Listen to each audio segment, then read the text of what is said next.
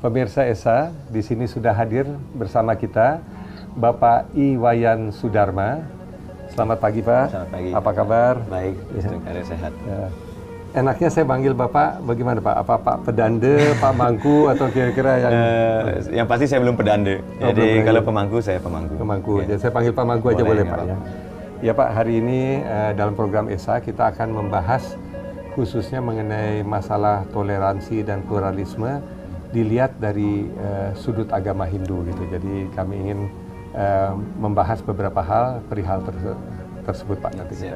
Ya. Pak, sebetulnya Pak Mangku, kalau agama Hindu itu sendiri melihat pluralisme itu bagaimana Pak dari sudut pandang agama Hindu? Kalau dalam konteks kehinduan ya, jadi pluralisme itu adalah sesuatu yang memang karunia Tuhan itu sendiri. Jadi perbedaan yang ada di dunia ini itu karunia Tuhan. Jadi kita tidak mungkin menisbikan perbedaan itu.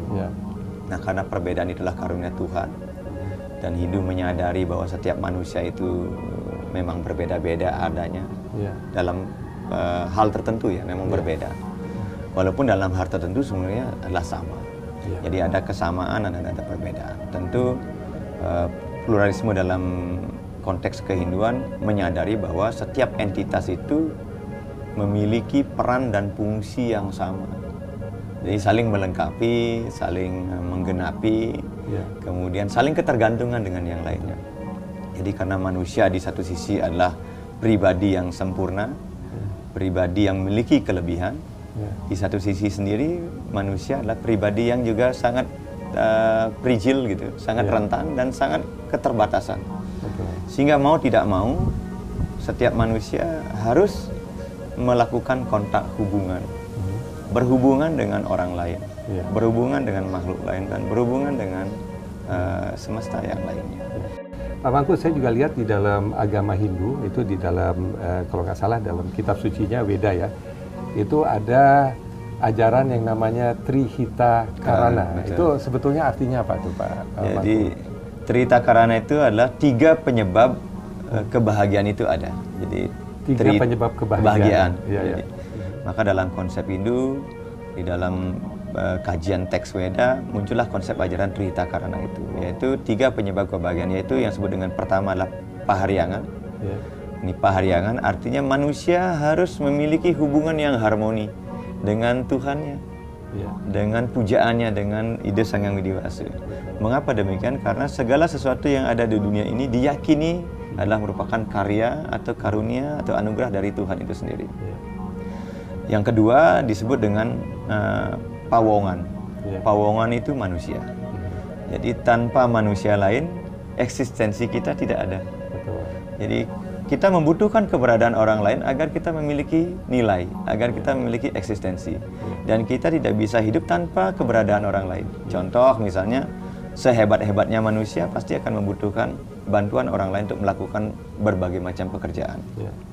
Nah, mau tidak mau, maka manusia itu harus hidup harmoni dengan manusia yang lainnya.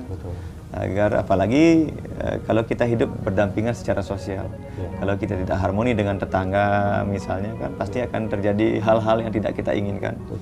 Jadi Hindu mensyaratkan bahwa harus hidup harmoni dengan manusia yang ada di sekitarnya. Dan yang ketiga disebut dengan palemahan. Palemahan ini adalah alam semesta. Jadi kita tidak bisa hidup tanpa alam semesta. Contoh sederhana, hari ini kita menghirup udara yang segar. Kalau tidak ada pohon-pohonan, tentu udara ini berasa kering sekali. Karena kandungan oksigennya tidak sangat kecil. Jadi dengan kita menjaga alam lingkungan, tentu kehidupan kita akan terbantu. Jadi sebenarnya seperti itu konsepnya. Jadi kita hidup berdampingan, hidup secara harmoni dengan Tuhan yang kita yakini, hidup berdampingan secara harmoni dengan sesama manusia, dan hidup harmoni berdampingan dengan alam semesta, termasuk makhluk-makhluk yang ada di dalamnya. Itu konsep Trihita Karana itu maksudnya itu, Pak. Trihita Karana. Trihita Karana. Pak Mangku, saya juga mau tanya, kalau di dalam Weda sendiri sebetulnya kan ada perintah juga untuk kita sebagai umat ya secara keseluruhan menjaga kerukunan di dalam bermasyarakat. Nah itu bagaimana Pak Mangku? Ini sangat menarik sekali. Di dalam satu petikan Weda, dalam Atharva Weda, itu mandala ke-7, Sukta 52 dan mantram yang pertama. Itu ada petikan ayat atau mantram seperti bunyinya seperti ini. Saya mohon saya kutip ya. Jadi ada namanya Sam Jenanam Nah Swebi, Sam Jenanam Aranebi. Jadi yang artinya bahwa wahai manusia, engkau harus hidup rukun, tidak saja kepada mereka yang seagama, yang satu keyakinan, yang satu suku atau satu bahasa, satu negara, tetapi juga yang mereka yang tidak engkau kenal sekalipun. Jadi Sam Jananam Nah Swebi, jadi yang kita harus harmoni hidup rukun kepada mereka yang memang kita kenal. Mungkin karena kita kenal karena satu keyakinan, satu daerah, satu suku, satu bangsa. Tapi juga kepada Sam Jananam Aranebe, kepada mereka yang tidak kita kenal. Kepada orang asing sekalipun kita tetap harus ramah, tetap harus harmoni. Nah ini perintah Weda ini tentu menjadi acuan, menjadi dasar pijakan umat Hindu untuk berperilaku, bersikap kepada siapa saja harus hidup. Jangankan kepada orang yang kita kenal, kepada orang asing saja kita harus harmoni kok. Nah, itu perintah Pak. Jadi ini perintah Weda gitu. Jadi kepada semua umat Hindu. Dengan asumsi apalagi apa yang mendasari konsep ini? Tentu di dalam Bhagavad Gita, nanti kalau Bapak kebetulan suka baca Bhagavad Gita, di dalam Adhyaya 18 Loka 61, itu sangat jelas dikatakan bahwa Iswara Sarwa Bhutanam. Jadi Tuhan yang Maha Kuasa ini meresapi semua ciptaannya. Meresapi semua ciptaannya. Jadi Tuhan yang Maha Kuasa ini meresapi semua ciptaannya, baik yang kepada yang bergerak maupun yang tidak bergerak. Nah, ketika kita memahami ini bahwa Tuhan itu meresapi segala hal, berarti tidak ada satu entitas apapun yang tanpa Tuhan. Dengan demikian berarti kita tidak memiliki hak untuk menzolimi entitas yang lain. Karena di sana ada Tuhan yang sama. Ketika kita berperilaku tidak harmoni dengan makhluk lain, dengan orang lain, berarti kita sedang tidak harmoni dengan Tuhan yang bersemayam pada makhluk itu. Nah, ditegaskan kembali dengan sloka yang lain. Tadi Iswara Sarwa Bhutanam, kemudian ada Wiswa Wirat Swarupa.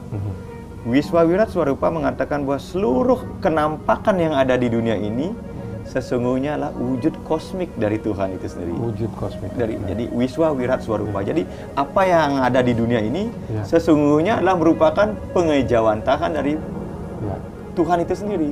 Jadi Tuhan itu meliputi segala-galanya. Jadi tidak ada satu spes kecil pun yang tanpa Tuhan. Tanpa Tuhan, betul Pak. Nah, ini dalam konsep Hindu seperti itu, sehingga mengharuskan umat Hindu untuk selalu harmoni dengan yang lainnya gitu Pak. Pak Mangku, sebelum Pak Mangku teruskan, mungkin kita akan kembali setelah yang satu. Oke, boleh. Dengan